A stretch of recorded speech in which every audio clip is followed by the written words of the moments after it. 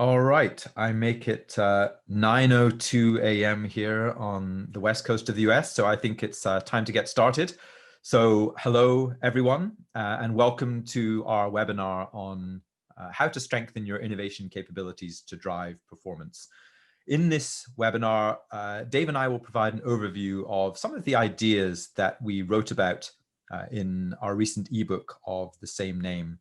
Now, for those of you that don't know Insight, we are a growth strategy consulting firm that was founded about 20 years ago by our colleagues Mark Johnson and the late great Harvard Business School professor Clayton Christensen. Our mission is to empower forward-thinking organizations to navigate disruptive change and own the future. In this webinar, we will be sharing our perspectives on how we think about building the capacity of an organization to drive innovation. We'll provide an overview of some of the big ideas in the book and discuss some of the tools that we have found helpful in our work. We should also note that this webinar and the ebook that accompanies it represent the second in a series of ebooks and webinars that Dave and I have produced. So they're all available on the website, and the next 2 or 3 will be released over the coming months.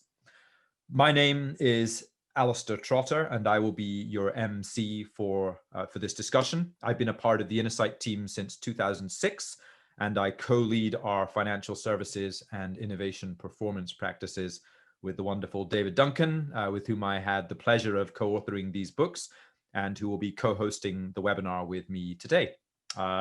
Before we begin, Dave, would you like to say a few words and introduce yourself? I'll just say hello to everyone. I'm Dave Duncan, also a partner at Insight, have a pretty similar profile and set of interests to Alasdair, and really happy to be spending the next hour with you, and appreciate you showing up. Excellent. All right, so before we begin, a few housekeeping notes. We are recording this webinar, and we will make the link to the recorded webinar available via email to you all. We'll also post it on our respective LinkedIn feeds, and you'll be able to find it from the Insight homepage. We have muted all participant lines, just as there are a large number of people on this webinar, and we want to manage the chaos. Please submit questions using the Q&A function. That's something that's available within Zoom. It's separate from the chat window, and it's separate from the poll window. So we will try to leave time during the course of the webinar to answer questions and leave time again at the end. So if you have specific questions, please type them in through the Q&A function so that we can line them up and knock them down. We will have a poll question about midway through the webinar. Please remember to click the radio button and then hit submit to share your answer with us so that we can see it.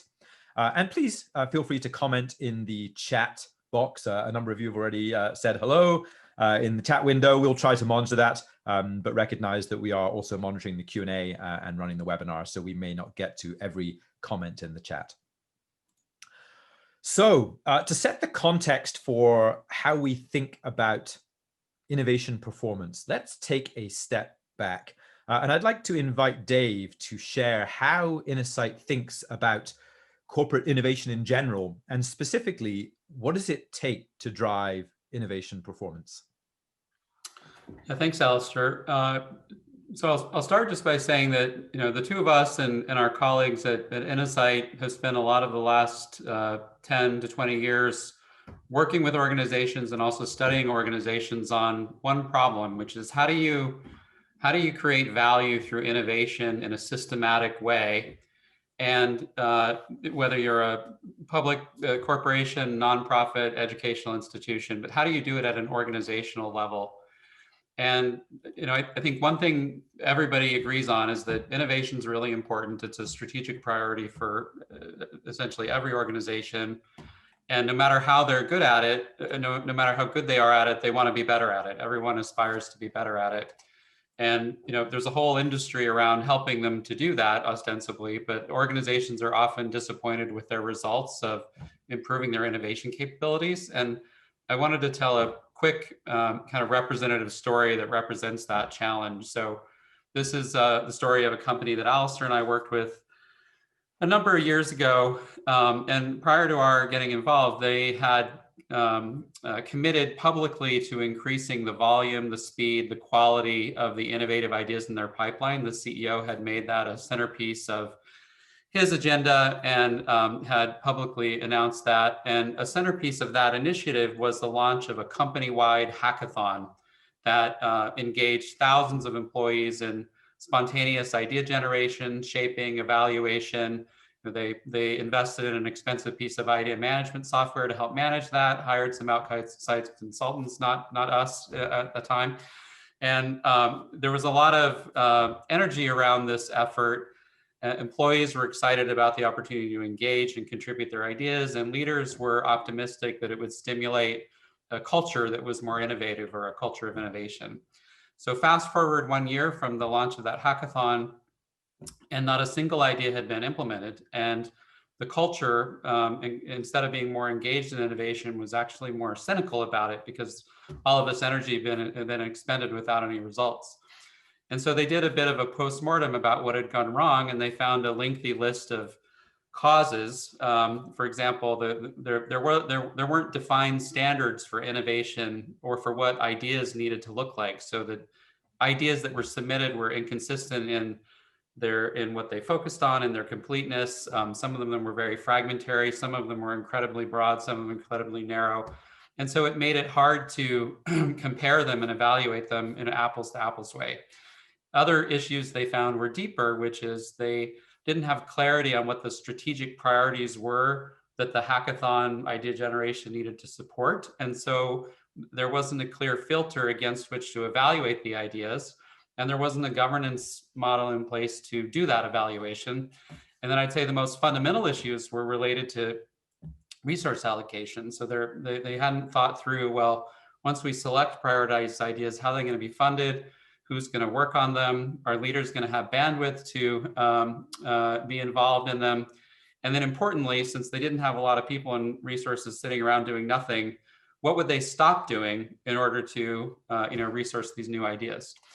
And so this is a common scenario that we see. And if you want to flip to the next slide, Alasdair, and it's a pattern that we see of that you can generalize from that particular story to common innovation interventions or initiatives that are intended with the best of intentions to strengthen an organization's ability to innovate.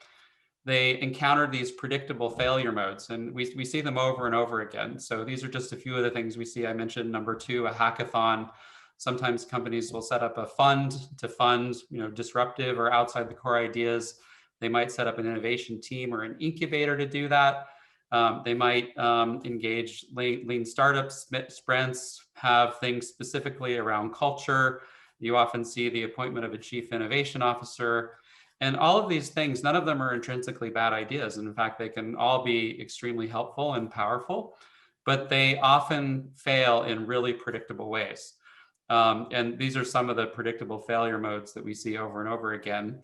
And this is just setting the stage for a different way to think about the problem of innovation capabilities that I'm going to tee up in just a second. Maybe before I do that, Alasdair, I'll just ask you to comment on this slide. Any of these are any of these ones that you see more commonly than others? You've mentioned 2. I think number 5 is one we see a lot in various variations. People pull together a small team of people who are potentially black sheep inside the organization, or have a passion for entrepreneurship, innovation, sometimes even from other organizations. And they task this team to go innovate and essentially to own innovation.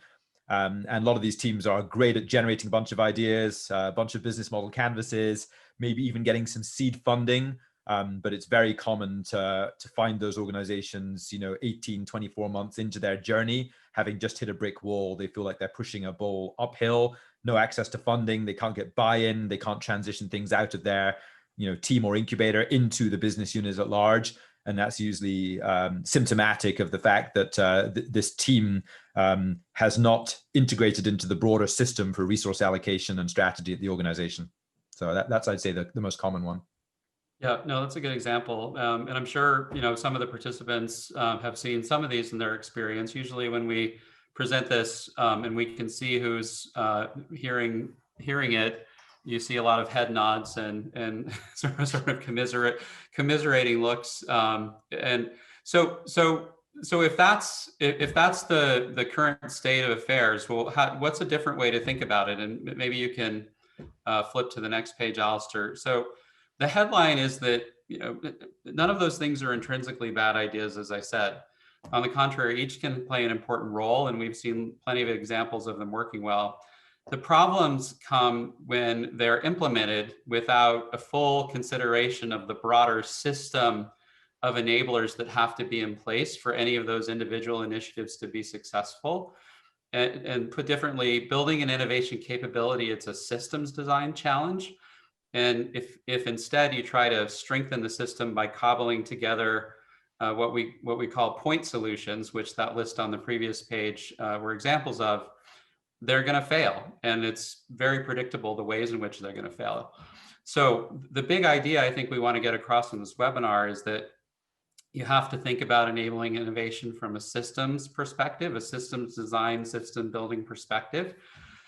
And what we want to introduce and go through in some detail is our model for thinking about what all of the elements of that system are, right? So, what are the major components, the subcomponents, how do they need to integrate together? And this model that we're going to introduce, which is depicted on this page, it can help you both map out and kind of assess how innovation's really happening in your organization today. It can help you understand, well, what's working well, what's not working well, and where are there gaps that you want to fill. And it's also helpful as a design tool then to figure out how you need to fill those gaps. And so I'm going to do a really quick flyover of the highest level components of this model on this slide. And then we're going to go into them in more detail throughout the remainder of the webinar. So the model has these 5 components in it that you can see. At the center is this idea of innovation performance. So innovation is always a means to an end, right? You're trying to accomplish some sort of business objective or organizational objective. Maybe you want to grow, maybe you want to be more efficient, maybe you want to have a more engaged and vibrant culture, and so on. But the first part of the model is innovation performance, which characterizes where you define to what end you're innovating. What does performance even mean? And that is important because if you're going to build a system, you have to know what you're building it for, right? So we'll talk a little bit more about that. Once you know your high-level intent behind why you're innovating, how you define performance, then you need 4 things. You need clear innovation priorities. You need to figure out exactly what types of innovation do we need to do, in what quantities, on what sort of timeline, and how do they support our overall strategy. Once you've clarified your priorities, you need what we call pathways, which are the steps and mechanisms that actually enable those different innovation priorities to happen. Then you need to manage all of your innovation activity, not just on an individual project basis or an individual pathway basis, but you need to be able to manage it all as a portfolio, because it's your overall portfolio that is what delivers against your priorities, and the elements of that portfolio that compete for resources. And then obviously to run all of that, you need people. You need the right leaders, the right people, the right roles, right skills, doing the right things with supported by the right culture. So each of these 5 components of our innovation performance model have a number of subsidiary components, right? So subcomponents. And we're going to go through each of these high-level categories and then show how you can use it as a kind of diagnostic and design tool for your own innovation systems. So why don't we start with the first component of our model, which is innovation priorities. So the purpose of the innovation priorities component of the model is to ensure that your innovation efforts are clearly linked to strategy, and the stuff that you're actually doing, the way you're allocating resources to innovation, is connected to your strategy in an intentional, explicit way. Some of the things that we see commonly as pitfalls when the innovation priorities have not been clearly defined Well, there may just be no priorities, so it's kind of an innovation free-for-all. People are working on whatever they're inspired to work on. They might have explicit priorities in different parts of the organization, but they're disconnected from either the overall strategy or the business unit strategy. You might have clear innovation priorities, but they're disconnected from your resource allocation mechanisms. Or most often, I'd say what we see on this list is there are priorities for innovation, but they're not well defined, and they're not defined in a way that makes them actionable and smoothly running components of the system. So maybe they're very narrow, maybe they're very broad, maybe they're not focused primarily on customers and solving customer problems, but they're based more on technologies or something like that. Or they might have highly ambiguous language. This is another big thing that we see around priorities, is that people will say, well, we need to innovate more, but there are 6 different definitions of what that actually means in the organization. And so everybody interprets that and acts in a different way. I'd say of the 5 components in our innovation performance model, this is one of the most foundational gaps that we see over and over again. And it's usually not the one that is the focus of discussions about how to get better in innovation, which tend to focus more on mechanisms for how you do innovation as opposed to where you're pointing innovation. And so this is one that's really worth a lot of attention. And so these are some of the pitfalls. What we wanted to introduce is 2 quick, I'd say, subcomponents of our priorities component of our innovation performance model that are some of the most powerful tools you can use when you're defining your innovation priorities. The first is this idea of a strategic focus area. So what we often see is needed is a way to articulate, we say, a fishing hole of opportunity that you want to go explore with an innovation team or an innovation pathway that has enough, that strikes a balance between being specific enough that it provides actual guidance to teams on what they're going to go do on Monday morning, but that's broad enough that it encompasses, a real range of opportunities. It's not so narrow that it's just a small, very small area of opportunity. And this is a very useful framework for articulating those, that intermediate level of definition of your innovation priorities. And you create a strategic focus area by answering 4 questions. So who's the customer, broadly defined, that we want to focus on? What's the job to be done, or the type of problem that we want to solve for that customer group? And then some sense of how we might solve it. It's not a specific product solution that you're describing here, or even a specific business model. It might be a technology that you're going to leverage. It might be a capability that you have, or that you want to build. But it gives you some sense of how you might solve it. And then finally, why is this a good opportunity for us? Why should we bring it to market? Is there a lot of value we could capture? Do we have the unique ability to create something differentiated for the customer that will be different than competitors, and so on? So answer these 4 questions and you've articulated a strategic focus area. The key thing here is it gives you a way to focus innovation in a way that's actionable, connected to the customer, and provides really clear guidance to teams on what they need to go do. And we had one example in here we wanted to share.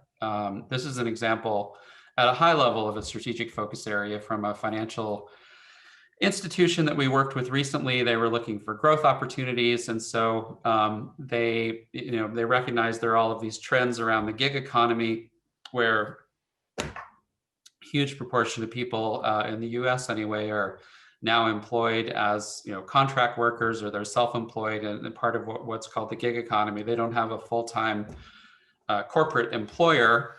And there are all kinds of trends that show that's growing. So they identified as their what. So who's the customer? Consumers that are working in the gig economy, have volatile income streams and unpredictable income streams. And there's a big problem that they have around that, which is proving their creditworthiness to help them get loans for cars or homes or other major purchases they want to build. to make. And so they went after gig economy workers who were looking to purchase a new home or car. They targeted in parallel lending institutions like banks and so on, helped them with that problem, build their credit. They had a sense of the how. So they knew that segment was big and growing. They knew it was a big problem. They had a sense of how they wanted to use digital technology, robo-advising, some new ways of calculating risk and assessing creditworthiness. And they had a sense that they wanted to use some partnerships to do it as well. And clearly the why was very clear for them in terms of the opportunity and their right to win. Just an example, and you can see if you had this level of guidance, if you were the innovation team, you could imagine what you might do on Monday morning, like what you might research, what types of customers you might go and talk to, what conferences might be of interest or trends to study further and so on. So that's one useful tool that we found helpful in defining your innovation priorities. Do you want to go to the next one? Yeah, the only other comment I might add is, we say innovation priorities, and this is a useful tool. We're not suggesting that you pick one focus area. Often the key idea here is, any leadership team that's thinking about, driving a significant new source of revenue for an organization probably wants to select, somewhere between 3 and 7 strategic focus areas. I'd say would be sort of, that captures 80% of what we see in the market. Typically, these are the places where we expect strategically to unlock growth for our organization, this being a tool to help bring that to life. So let me tee up the next slide here for you, Dave. Yep. Great. And I'll just make a couple of quick comments about this one. So again, a lot of these tools that we are sharing are about defining your priorities for innovation with enough precision that you're putting helpful constraints around it and guiding teams in an actionable way. This is another tool we call goals and bounds, where so another, I'd say, failure mechanism related to innovation priorities is you see an innovation team go off and pursue a great idea for 6-9 months. They're excited about it, but it's off kind of under the radar of leadership. And when they come back, when it reaches the stages where it's promising, they want to get more funding for it, they come back and share it, and they discover that they violated some unstated boundary that the organization had about where they wanted to go, right? This is a way to put some precision around where those boundaries are. So any type of innovation project or idea can be parameterized by things like, what are the desirable financial characteristics in terms of revenues, margins? How might we pursue it? Are we willing to use M&A for that? How might we use our brand? What type of offering and so on? What geographies are in scope? And there'll be a different set of dimensions in every industry, in every company, but with some commonalities. And for each of those, you can say, well, what's desirable? What would be great? What might stretch beyond our comfort zone, but we're at least willing to discuss it, so it's discussable, and what's out of bounds.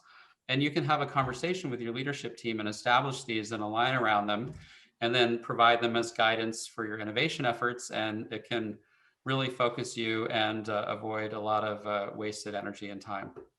So why don't I turn it back over to you, Alasdair, for the next section. Super. So Dave has covered, of the first of the 4 components we're going to dive deeply in today, innovation priorities, which, as he described it, is where you point your innovation efforts. The next component of the innovation system is what we've described as innovation pathways. And let's start with what we mean by an innovation pathway. The pathway is simply the set of steps that an innovation takes from initial idea to implementation. And every pathway that we've ever seen can be mapped to the 4 steps in the diagram that I've got on screen here. Now, it's important to note that the pathway includes not just the activities that the innovation team might pursue as they go after this strategic focus area, but also all the activities pursued by supporting functions such as HR, compliance, or groups like security, as they try to help the innovation team along their journey. And the pathway also includes all the mechanisms that govern how leaders interact with their innovation teams and how they make investment and staffing decisions for a specific innovation project. Now, innovation pathways represents an area where many organizations have very well developed processes, tools, and templates for the day-to-day decision-making around an innovation team. And all of you on this call are likely familiar with the extensive literature and best practices on topics such as human-centered design or lean startup, which provide guidance on elements of, what are the right types of activities to think about. However, in every organization we have ever worked with, we've continued to see suboptimal pathways emerge when leaders act in ways which are not supportive of innovation, or where the resource allocation mechanisms are ill-suited toward handling the nuances of high uncertainty projects, or where well-meaning functional teams stifle the progress by overlaying layers of unnecessary bureaucracy. And similarly, we've seen impressive feats of innovation despite these challenges, as innovators have constructed their own pathways to navigate through the corporate clutter, as evidenced by the very many books on that topic, like Dave Ulmer's Innovation Extinction. So let's illustrate this with an example. We conducted a project a couple of years back for a large insurance, property and casualty insurer, and they asked us to look into the process by which they did their innovation to determine where it might be strengthened. And to do this, we used a diagnostic approach that we call pathway mapping. Pretty simple, really. We identify a set of projects, both those which have been successful and those which were not. Then we interview a number of people who've been involved with each of those projects to understand exactly what happened at each of those 4 stages of this universal innovation pathway, right? What activities were done? Where did you get resources? Tell us the story of this innovation as it wound through your organization. And the table we have on the screen at the moment represents a simplistic version of the pathway map that we developed for that one specific project. Now, this was a really high impact project that the organization was rightly proud of, in which they had developed essentially a mobile agent, right? An app for your smartphone that could handle a number of tasks that would have traditionally required a live human agent on the other end of a phone. Now, when we dug into the actual process for how this innovation had come into existence, it turned out that a great part of the project's success was nothing to do with any formal process, but rather a series of ad hoc, informal activities and serendipitous discussions. So the final step, the idea was a junior developer had thought that the idea of a mobile agent would be cool. He'd bounced the idea off a few colleagues, mostly because he was intrigued by the technical challenge. He figured that his boss would see it as not part of his job, and so he made a personal decision to spend his evenings and weekends developing a prototype. Now, to cut a long story short, he did eventually share the prototype with his boss, and his boss ended up sharing it, a little bit of happenstance involved here, but with the company chairman, who had so happened to have visited the office that day. And the chairman was so impressed that he pushed for the project to be resourced with a full team. And so this project, sort of after the fact, was inserted into the latter stages of a more traditional new product development program that they had in place. And it ultimately became a key component of a larger digital transformation effort that the organization had. So while the idea then followed a series of well-defined stages, it's clear that the genesis and certainly the early development of the idea, including early decisions to allocate time and resources to it, were pure serendipity. So when we conduct this type of a pathway mapping exercises, and we'll do it for 10, 15 different projects, you start to see patterns emerging, right? For firstly, what do the pathway look like inside an organization? And often there's 2 or 3 different pathways. And what we have on this slide really is, I guess, some of the more typical pathway patterns that we see when we conduct these analyses. And specifically, we've got 7 on the slide, which are pathway patterns which would raise red flags for us, because they highlight that the pathways parts of your system is weakly or poorly connected to the other elements of the innovation system. So I'm not going to go into detail on all 7, but maybe we'll call out 3 of our favorites. The first would be number 4, the Tollbooth Highway. And the names here are meant to evoke a sort of emotional reaction and a quick understanding of what we mean here, right? So the Tollbooth Highway is so called because innovation teams are never really able to get up to speed because there's always some other group serving as a checkpoint on that team, ostensibly to support them. But in reality, the constant support simply slows down the pace of innovation to a crawl. The second, which is a related pathway, we jokingly call the paper trail, so called because innovation teams spend so much time filling in reports, updates, readouts, notes, PowerPoint presentations, memos, in order to communicate their progress to well-intentioned leaders. The once again, actual progress just grinds to a halt. The third is the dark pathway, and without doubt, this is the most common, I think. And it's so called because we believe that teams that follow this path are usually operating in the dark, even if they don't realize it, because they are making decisions based on the solution they want to build, what they assume customers want, rather than being really clear about the hypotheses they're working on and having a growth mindset or a learning orientation, and then trying to figure out what it is that the market actually wants them to build. Now, obviously, the solution to the dark pathway is to shine some light on that, and that means getting outside of the building and talking to customers. There are many other pathways. We'll have a whole separate webinar on innovation pathways and pathway mapping, and how to think about strengthening pathways at a future date.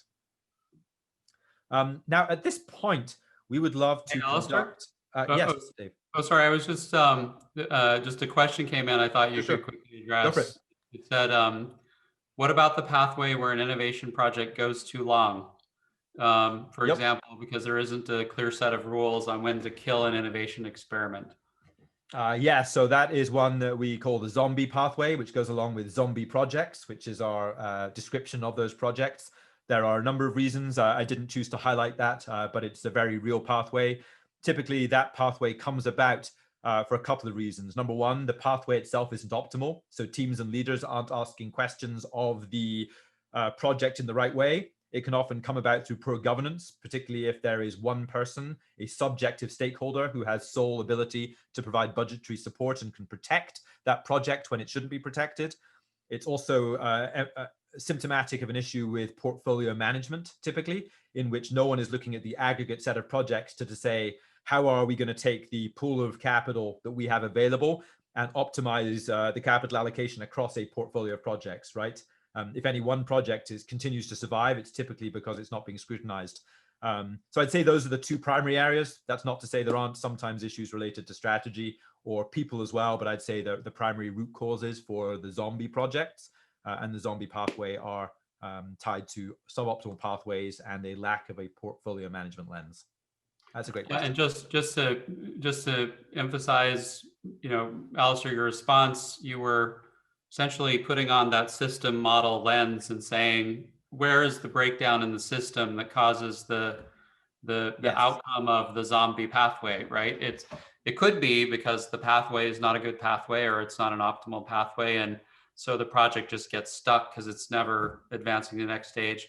Or it could be that it could be a problem with portfolio management and how resources get allocated, right? And there's no way to look at it and say, we should stop doing that. And I just wanted to highlight that was a system answer to the question. That's worth a double underline, Dave, I think, right? I think that's one of the key insights for the entire point behind the innovation performance system and the way we think about things is, yes, some of these pathways are simply because of a poor application of lean startup or forgetting principles of customer centricity, and is entirely fixable by an innovation team that just makes a commitment to be better at innovating within their team. But so often, most of the challenges innovation teams face are completely outside of the control of the innovation team themselves, because they're about how innovation touches on existing mechanisms for strategy, existing mechanisms for resource allocation, existing mechanisms for staffing or performance management. And that is where the idea of the innovation system adds a ton of value. It's about how do you help the leaders of these innovation teams interact with peers and their leaders to say, there's a systems challenge here. And if you need me to perform at the top of my game as the leader of the innovation team, you need to work with me to help unlock other parts of the organization and other mechanisms which need to interact to make innovation successful. So just a double underline for that comment, Dave. I'd love to conduct a quick poll here. Let me fire this up on the Zoom. Essentially, we're going to ask you now which of these pathways you see in your organizations. And what you should now see on your screen is a polling window in which you can select one or more, I think, of these, and then please hit submit. We're just always curious. We have our own, we collect data on this. We have certain patterns that we see pretty commonly. So take a moment to see what we have on the screen. Look at the definitions of the pathways, and we'll just wait till we've got votes. We've got a few coming in now. We've got 20% of you have voted. We'll leave this open for another 15 seconds or so. As I do that, another one of my favorites is the spaghetti junction. This is one where very common in organizations which have labs, whether they R&D labs or innovation labs or incubators, and you have this issue where the incubator ends up managing something for far too long, or they really struggle to transition innovation projects out of the lab and into the business unit. And it speaks to a whole host of really interesting issues around ownership, alignment of what the lab's doing versus what the business unit actually is trying to do long term. Is there a push and a pull? So this is one we don't see as often, but for organizations that have it, it's it's a latter stage problem. It means you've got some really interesting things in the lab and you're struggling to take them to scale. All right, well, it looks like we've got enough votes in, so I'm going to call the polling to an end and just quickly share the results. Hopefully you can all see the results on screen. Dave, any perspectives just on what we're seeing here? I think it's pretty typical to see a spike in the toll booth highways and the dark pathways and the underground tunnel. I love the names. I have to give Alasdair credit for all these names. But I think this is not surprising. And I guess one comment I would make too is that Alasdair was describing this exercise in pathway mapping that we did a couple years ago for this insurance company. That's a really helpful thing for you all to do in your own organizations, because what's useful about it is it shows you how innovation's really happening, right? And it could be a mix of the formally defined innovation processes you have, or completely informal processes, or a mix of the two. And that gives you a kind of baseline for how your system's working today, and might reveal some patterns like these that were not obvious before. Super. All right, so let's move swiftly on. Once you've mapped your innovation pathways and figure out where the challenges lie, there are usually two areas where you can strengthen them, and I'll touch upon them briefly. The first is actually to define your innovation pathways. While there are many excellent methodologies for how to do this, there's pretty much a strong convergence around the best practices right now. For example, the importance of injecting customer insights at the earliest stages of the process, and the importance of being hypothesis-driven and ensuring feedback loops are built into your testing. And this slide provides an illustrative example of how Innosight typically thinks about a pathway for high uncertainty innovation. As you can see, it's a milestone-driven approach, with the key feature being that we clearly define the discrete phases of work, and most importantly, the stage gate exit criteria, which represents the milestones at which a project can migrate to the next phase of work. Again, if this is interesting to you, there'll be more information in the ebook, and we'll be going into a lot more detail in the upcoming book dedicated to pathways and the webinar on that topic. The other area, which we were alluding to earlier, where pathways can be strengthened, and where in our experience, the greatest opportunity to create value lies, is in strengthening the pathway operating model. And by that, we mean that we focus on the ways in which the innovation pathway is connected to the other components of the innovation system. So let's just take that in turn, because this is a pretty fundamental point. So the first operating model question is to address, how will we focus our pathways on problems worth solving? All too often, there's a disconnect between the strategic priorities that the enterprise has around innovation, and then the projects that innovation teams find themselves pursuing. So to address this issue, we like to ensure that there is actually a mechanism in place to not only actively align projects with strategic focus areas, but systematically explore each strategic focus area and generate a volume of discrete opportunities that might be pursued through the pathway.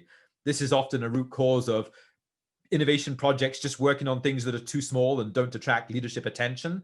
That's a signal that those things are misaligned with the true priorities for the organization. The second operating model question is to address how we will govern our pathway.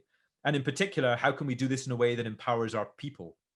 All too often, leaders don't empower their people to be effective because they simply run their innovation teams as they would any other team in a different part of the business. The most common failure mode here is that leaders ask the wrong questions. They focus on deliverables or progress, recent successes, instead of becoming an ally to their team as they seek to search for the scalable opportunity. So helping leaders ask the right questions, it's not as simple as providing training. It's something that requires real behavior change for many leaders or a strong push to place the right leaders in these roles who intuitively ask the right types of questions that help their teams understand where best to focus their efforts. And the third element of the operating model relates to how a team reports its learnings and progress. Very easy, as we've mentioned previously, to fall victim to the standard processes by which leaders ask for updates. Every innovation team has wrestled with the frustration of having to fill in templates, which asks a series of questions, and the best you can do is make up numbers and hope that no one follows up with you. We worked with a global organization a few years back where their prior experience of data gathering around innovation had left them so scarred that they were initially very resistant to the idea that you can actually gather and aggregate useful information from innovation teams and do it in a way that doesn't burden the innovation team, but actually helps them be more effective. The trick here to getting this right is to only ask for the information that the team should already be generating if they're working through the innovation pathway according to best practices. For example, a team should be able to tell you who the customer is or how many potential customers for what they're working on might be out there. And if they can't, that might be an indication that they haven't actually asked important questions that they should have asked. So let's shift from the second part of the system now to the third. So we've talked about innovation priorities, where you point your innovation engine. We've talked about the pathways, which are the mechanisms by which you actually do the innovation. The third part of the system is managed innovation portfolios. Now, this component stems from an idea that may seem obvious to many of you, which is that if you actually want your innovation efforts to have an impact, you actually have to make significant investments to make that happen, right? You don't generate $100 million of new revenue or $1 billion of new revenue without making commensurately large investments. And given this, we see common pitfalls that are understandable. We see investment levels across the portfolio, which are not commensurate with the enterprise's stated ambition. We see portfolios which emerge, but with no clear direction, a hodgepodge of investments where it's hard to discern any common themes. And the portfolio is really, it's a manifestation of the lack of focus. Sometimes we'll see portfolios that just have too much stuff in them, too much small stuff versus a few big things that are actually going to move the needle. The root causes here are pretty easy to understand. Usually it's because innovation is disconnected from strategy. So innovation is seen as a nice to have, something that's overlaid upon the important things the company's working on. Sometimes it's because leaders look at every individual innovation investment separately, and they just don't have the ability to look at the portfolio or treat it as such. Sometimes it's because they don't have access to data that actually allows or enables that holistic view of all the innovation activity in the organization. However, even if the portfolio exists and even if it is aligned with priorities, many leaders simply ask the wrong questions of their portfolios and treat them as they would any other investment.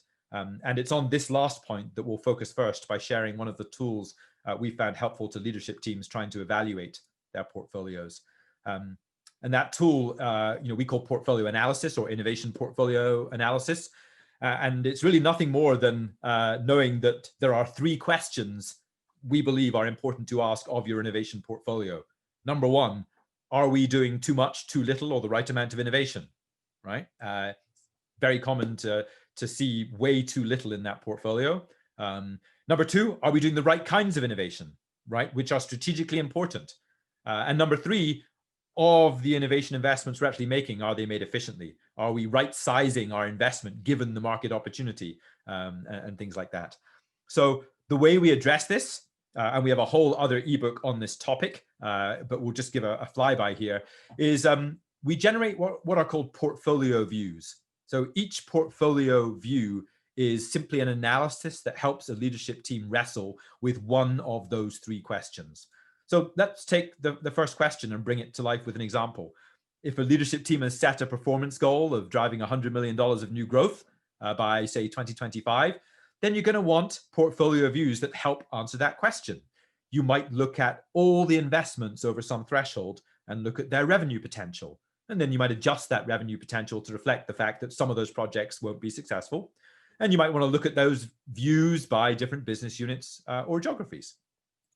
If you want to tackle the second question, again, there's a number of portfolio views that might be interesting.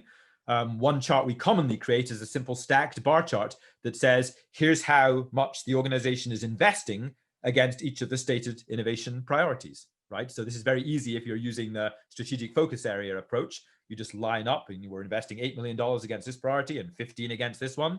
Again, it's very common to find that there are a set of stated priorities, but the level of investment against each one is wildly different. And that could be a problem. Another one we might want to think about would be, how have we optimized how resources are allocated?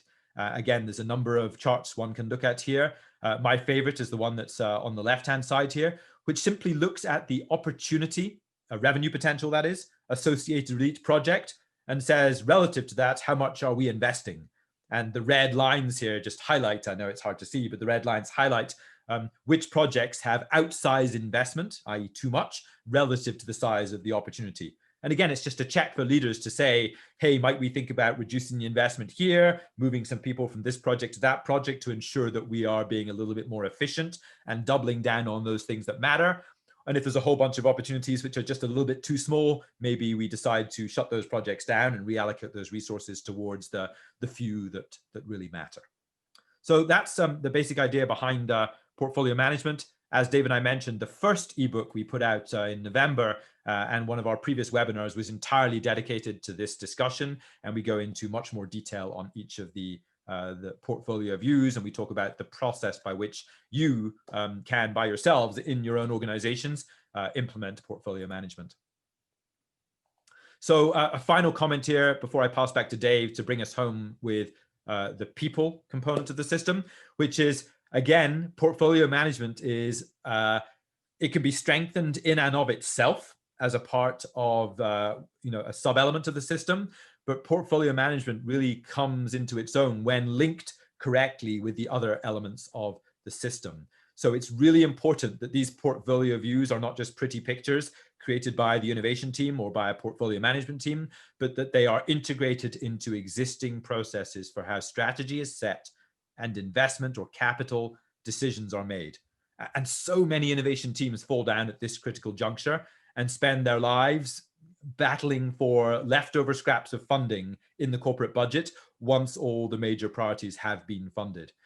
So what we like to do is to flip that paradigm and instead work with leadership teams that own the key processes for strategy development, budgeting, capital allocation, and ask them what role they expect innovation to play in helping the enterprise meet long-term performance goals.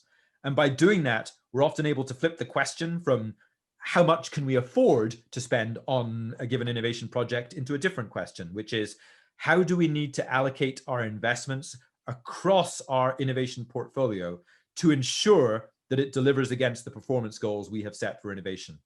Now, to do this effectively requires senior sponsorship and a willingness to view innovation as an essential part of strategy and thus worthy of investment, and active investment management.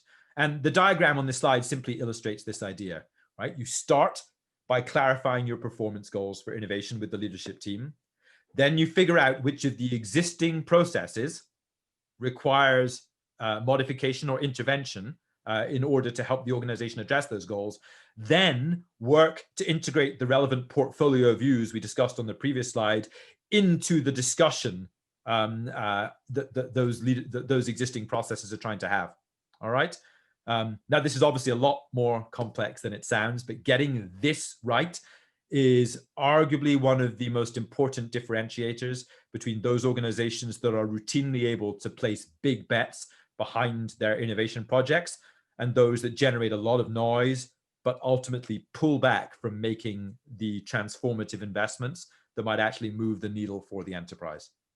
So with that, let me pass you back to Dave to walk us through the final components of the system, which will be brief, and then we can take a few questions.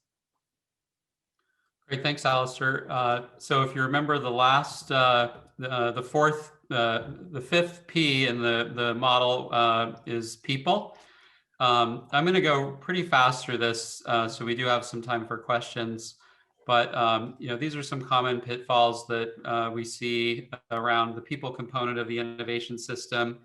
And I think really the headline that we wanted to emphasize, because there's a lot written about the skill sets people need to have to be innovative, the innovator's DNA that makes you more or less prone to be innovative, the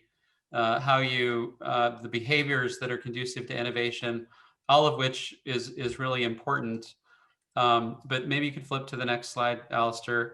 The main message we wanted to get across here, because we don't want to repeat all of the great stuff that's been written on those topics, is to think systematically, even when you're focused on how you make your people and culture more innovative, right?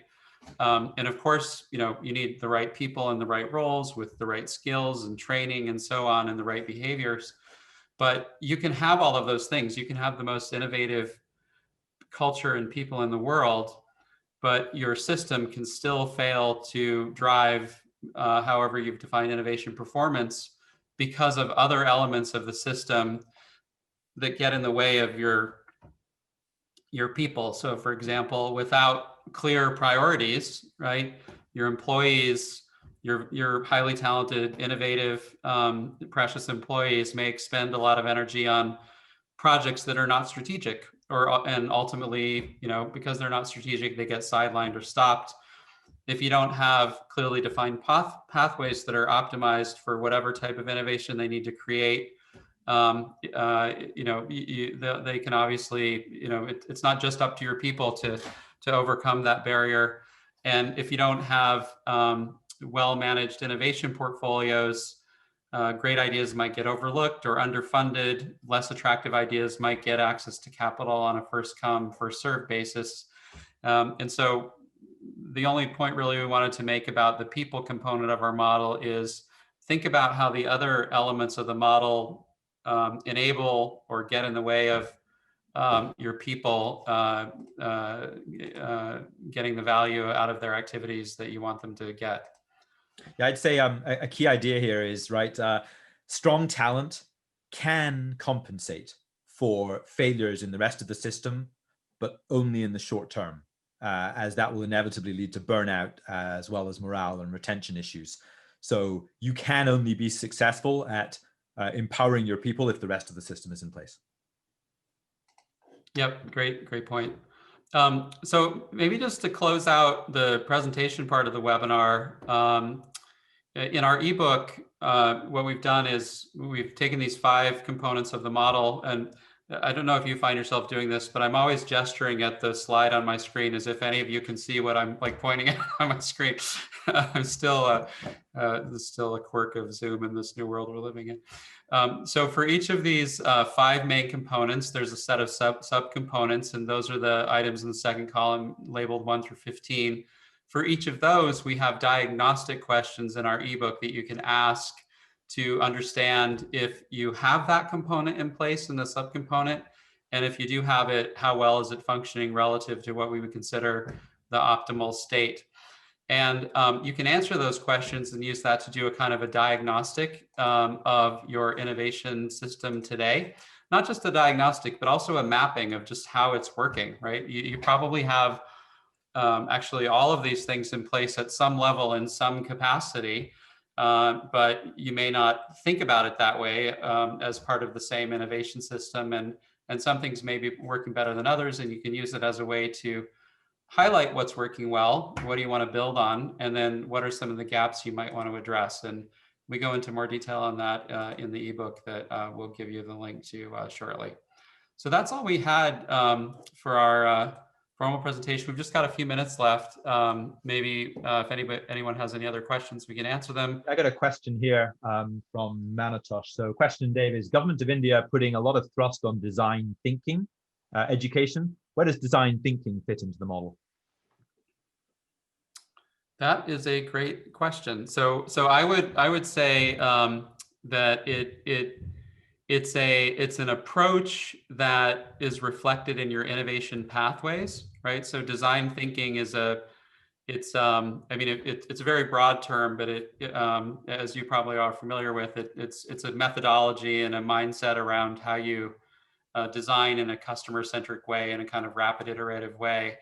And that's a toolkit set of skills and behaviors that I would put in the innovation pathway section of the model.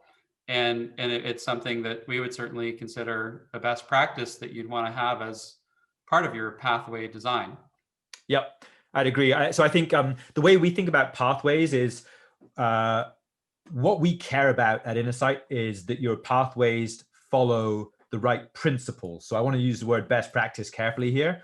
What I mean by that is pathways should be customer centric. Pathways should be iterative. They should be hypothesis driven. They should be milestone funded. They should have clear stage gate criteria. We are agnostic about whether you want to take a lean startup approach, whether you want to use jobs to be done, whether design thinking is your preferred choice or human-centered design floats your boat. All of these are incredibly powerful tools. And the reality is almost all of the ones I've certainly mentioned are entirely consistent with each other. The only deviations are superficial in terms of templates and details. And this is what we meant by there's been a convergence of, the sort of what the dominant practices are in this space. And I think there's an agreement among experts who have different methodologies about how to think about these things. What we care about when we think about pathways is this is a framework that says, hey, do you have a methodology? Is the methodology you selected actually implemented and working well? And whether or not you are following design thinking or not, are you actually asking questions about what your customers want before you start designing solutions for them? So it is entirely 100% integrated with your methodology of choice, whether it's lean or some other approach like design thinking. We're a huge fan, as you might understand, of design thinking. We're also a huge fan of using jobs to be done. And again, the two of those are entirely compatible with each other. So I think that's probably the quick answer to the question. Dave, any other questions that we've maybe got space for one more? Any other questions from the group? We've tried to answer a couple as we went along just by in typing and by talking. Yeah, I think we've answered the questions that have come in. So very good. Well, look, we are exactly at time. It is now 5 seconds to 10 o'clock. So with that, thank you, all of you, for joining us. There are some additional ebooks coming out and webinars on topics related to innovation pathways and innovation people that will come over the course of Q1.